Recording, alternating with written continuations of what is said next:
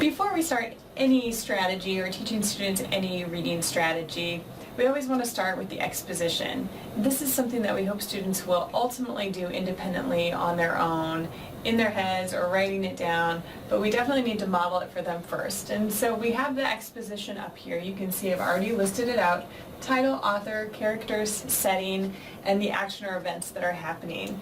And the book that I'm going to read today is The True Story of the Three Little Pigs. So we've put the title here. The author, Jan Szyszka, put that here. And we know that the characters are Alex T. Wolff and the Three Little Pigs, and so we've already put that here. We previewed the text by just looking at one page, and we talked about this in the last section, and that gave us the setting, which starts in the Wolff's house, and the action and event are a sneeze and a cup of sugar. So we've already sort of identified that by looking at one page or 2 pages of the book, and then we've listed that out for students. Now you can see that from the teacher side, I've already indicated a couple of places where I'm going to stop to ask for predictions throughout the story. It's important that you do that ahead of time in order for you to know when you're going to stop, what points in the story you want to stop at, in order to facilitate the most quality predictions for your students as we go on. So we'll go ahead and start to read from the beginning. Again, we've reviewed the exposition. We're now going to read just a little short section in order to make our first prediction. It's important that we don't make a prediction before we start to read. The students need to have something from the text in order to make a prediction about. So it's important to read a little bit of the text to have that for them. So The True Story of the Three Little Pigs.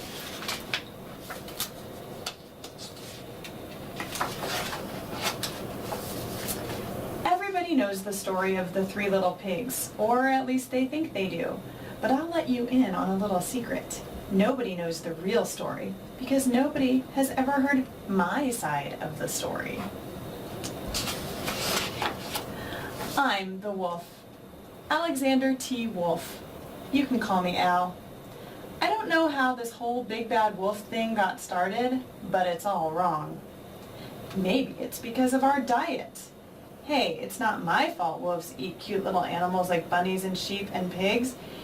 That's just the way we are. If cheeseburgers were cute, folks would probably think you were big and bad too. Sneeze, sugar. But like I was saying, the whole big bad wolf thing is all wrong. The real story is about a sneeze and a cup of sugar. This is the real story. Way back in Once Upon a Time, I was making a birthday cake for my dear old granny. I had a terrible sneezing cold. I ran out of sugar. So I walked down the street to ask my neighbor for a cup of sugar. Now, this neighbor was a pig, and he wasn't too bright either. He had built his whole house out of straw. Can you believe it? I mean, who in his right mind would build a house of straw?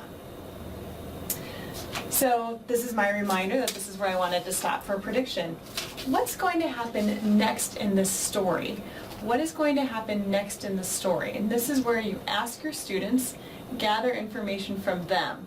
And I'm going to have you pause the video and go ahead and write what you think is going to happen exactly next in this story.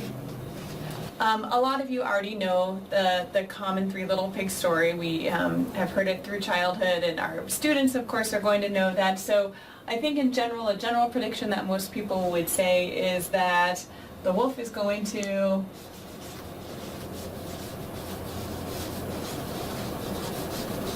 goes to the first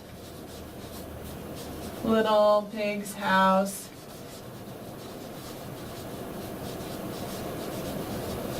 and blows it down.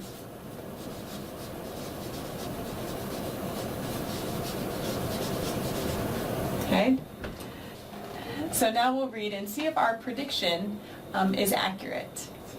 So I walked down the street to ask my neighbor for a cup of sugar. Now this neighbor was a pig, and he wasn't too bright either. He had built his whole house out of straw. Can you believe it? I mean, who in his right mind would build a house of straw?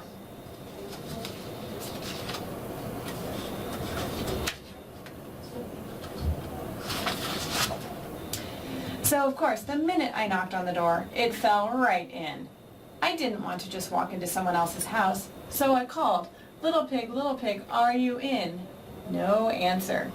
I was just about to go home without the cup of sugar for my dear old granny's birthday cake, and that's when my nose started to itch. I felt a sneeze coming on. Well, I huffed, and I snuffed, and I sneezed a great sneeze. And you know what? The whole darn straw house fell down, and right in the middle of that pile of straw was the first little pig, dead as a doornail. He had been home the whole time. It seemed like a shame to leave a perfectly good ham dinner lying there in the straw, so I ate it up. Think of it as a big cheeseburger just lying there.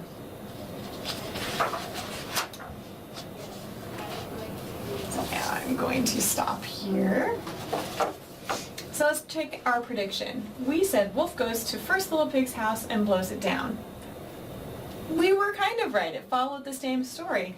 But I think we need to adjust this just a little bit because he didn't blow it down. He actually did what? He sneezed it down. So we want to change this to sneezed.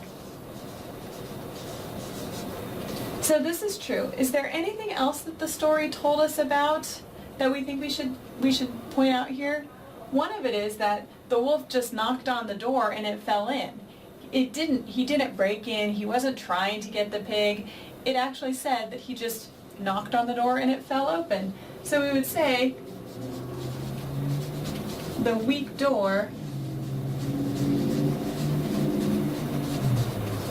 of the straw house fell open.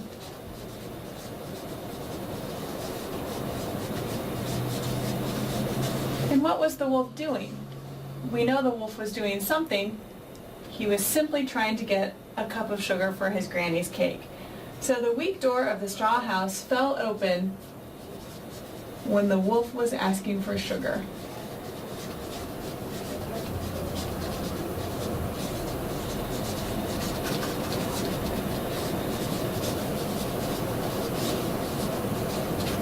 Okay.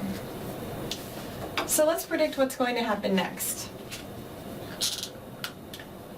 Go ahead and pause, take a moment, and type in your response for what you think the next action or event in the story will be.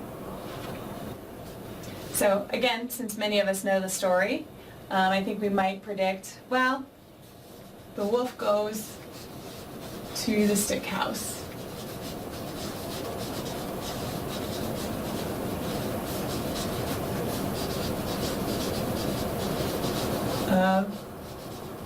The next pig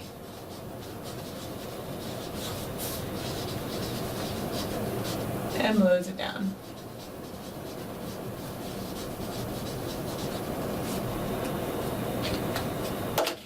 Let's find out.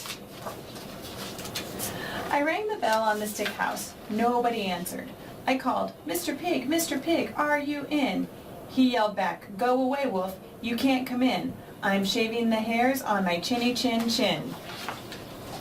I had just grabbed the doorknob when I felt another sneeze coming on. I huffed, and I snuffed, and I tried to cover my mouth, but I sneezed a great sneeze.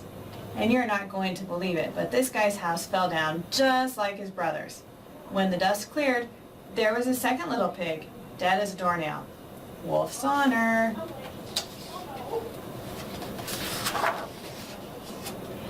Now you know food will spoil if you just leave it out in the open. So I did the only thing there was to do. I had dinner again. Think of it as a second helping. I was getting awfully full. But my cold was feeling a little better, and I still didn't have that cup of sugar for my dear old granny's birthday cake. So I went to the next house. Do we need to add anything here? He goes to the stick house, sneezes it down. What else happened in this one? We didn't add it up here, but we could add it here. He ate the second little pig, didn't he? So the story said, the wolf ate the second pig after the house collapsed.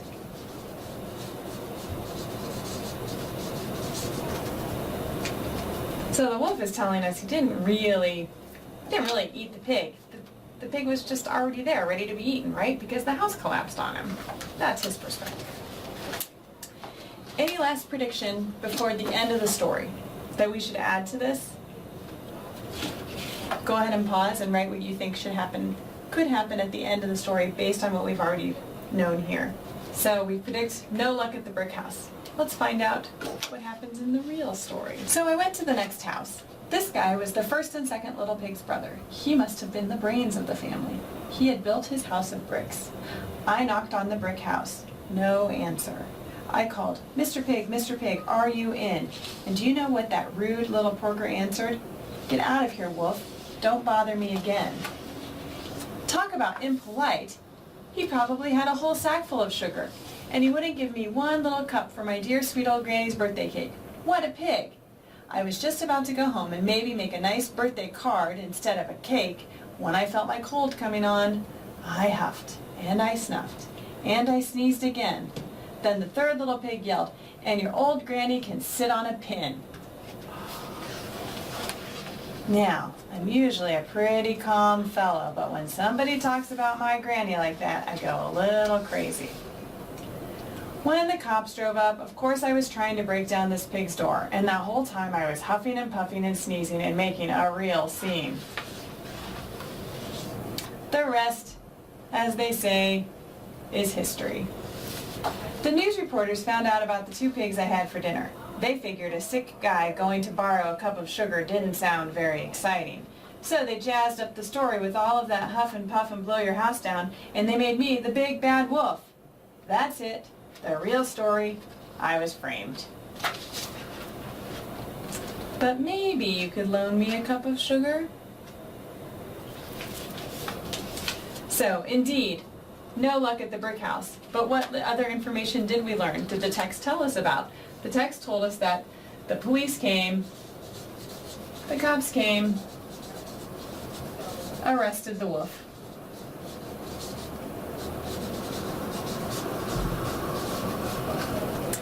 And we also found out from the wolf's perspective that the wolf was framed for the murder of the two pigs. So now you can see what happens here. As we've gone through this predicting strategy, we had students predict what would happen based on what we had already read in the text. We didn't start it right from the beginning. We read a little bit into the text in order to make a prediction that actually was based on the text. We adjusted it to make it truthful to what really happened. We wrote truthfully what happened over here from the text.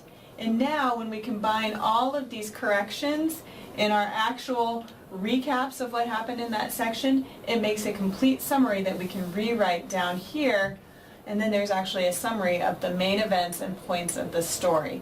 And that's the way the prediction strategy works. It is so important that we talk about the exposition, that we give students something to predict from, give them some information about the story, and have them think about their predictions and how it changed when we actually read the story.